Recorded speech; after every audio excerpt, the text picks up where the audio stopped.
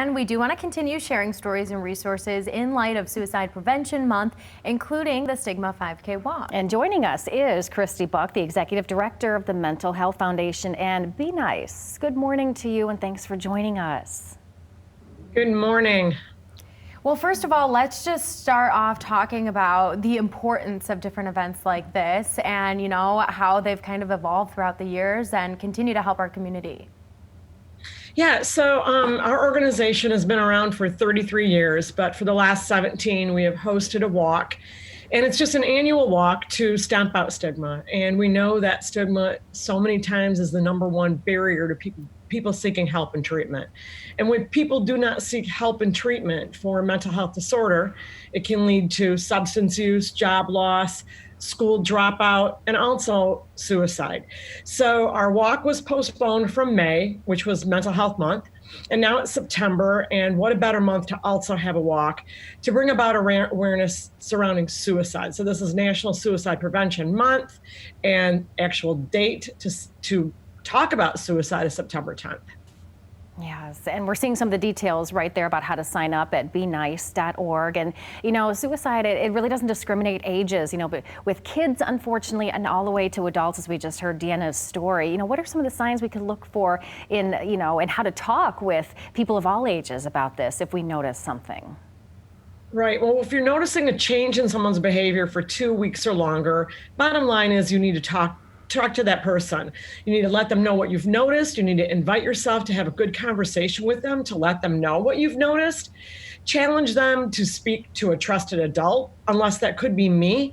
And then ultimately with love and support, that's empowerment. So those are the first steps of the Be Nice action plan. And then in addition, if I hear someone talk about wanting to end their life, feeling no value in their life, feeling guilt, shame about their life, I need to ask them more questions. And it could be, the question would be, are you thinking of suicide? So we know that question actually saves lives. And it's important because suicide, yes, it does occur, and it doesn't need to occur if we talk about it and if we're willing to ask the question. Yeah, it's a tough question, of course, but as you can see, it can stop something. So Christy, how can people reach out for help? Well, there's a host of places to reach out to. And so many times the first call for help could be to the help line, 800-273-8255. And then in addition, Forest View Hospital, Pine Rest Christian Hospital, they have hotlines and helplines also. In addition, it's really important to have those phone numbers in my phone to be able to give someone if I feel like they may be struggling.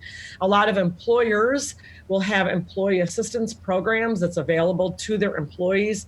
Those also have 24/7 hotlines. So many times people don't recognize the signs and the symptoms in themselves. And many times they just think that they can push it aside and I'm going to feel better. I'm just going to get up tomorrow morning. I know I'm going to feel better. Well, that's not how depression works. That's not how a mental health disorder necessarily works.